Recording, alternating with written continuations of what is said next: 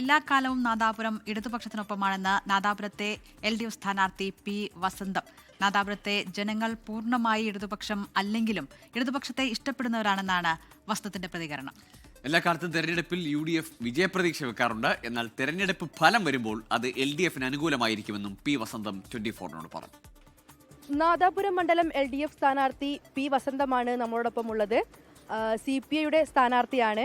അതേപോലെ സംസ്ഥാന എക്സിക്യൂട്ടീവ് അംഗമാണ്. കേരള മഹിളാ സംഘം പ്രസിഡന്റാണ്. ഇപ്പോൾ മറ്റൊരു ഉത്തരവാദിത്വം കൂടി പാർട്ടി ഏൽപ്പിച്ചിരിക്കുകയാണ് എന്ന് തോന്നുന്നു.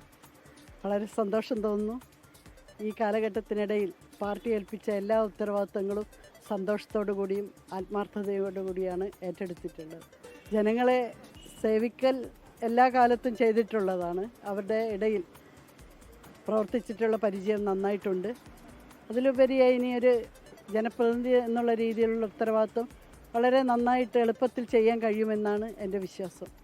നാദാപുരം മണ്ഡലത്തിൽ LDF ജനങ്ങൾക്ക് മുമ്പിലേക്ക് വെക്കുന്ന പ്രധാന വിഷയങ്ങൾ എന്തൊക്കെയാണ്? പ്രധാന വിഷയങ്ങൾ ഈ കഴിഞ്ഞ 10 വർഷത്തിനുള്ളിലുള്ള വികസന പ്രവർത്തനങ്ങൾ. അതിൻ്റെ ഭാഗമായിട്ട് ജനങ്ങൾക്ക് അനുഭവഭേദ്യമാണ് ഇവിടെ നടന്നിട്ടുള്ള നാദാപുരം മണ്ഡലത്തിൽ നടന്നിട്ടുള്ള വികസന പ്രവർത്തനങ്ങൾ.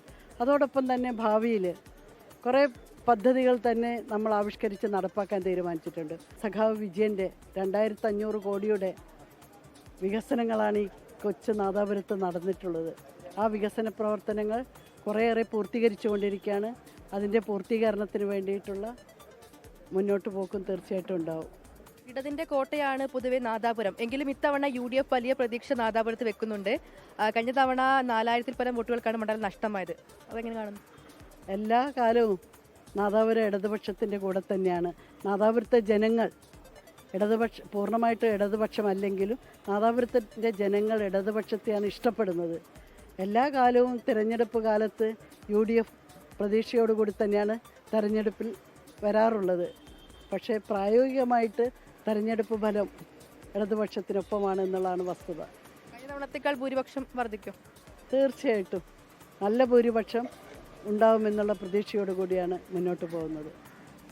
കഴിഞ്ഞ തവണത്തേക്കാൾ ഉയർന്ന ഭൂരിപക്ഷത്തിൽ നാദാപുരത്ത് LDF തന്നെ വിജയിക്കുമെന്നാണ് P. വസന്തം പറയുന്നത്. ക്യാമറാമാൻ ജയൻ കല്ലാശ്ശേരിക്കൊപ്പം വർഷ ഗിരീഷ്, 24 കോഴിക്കോട്.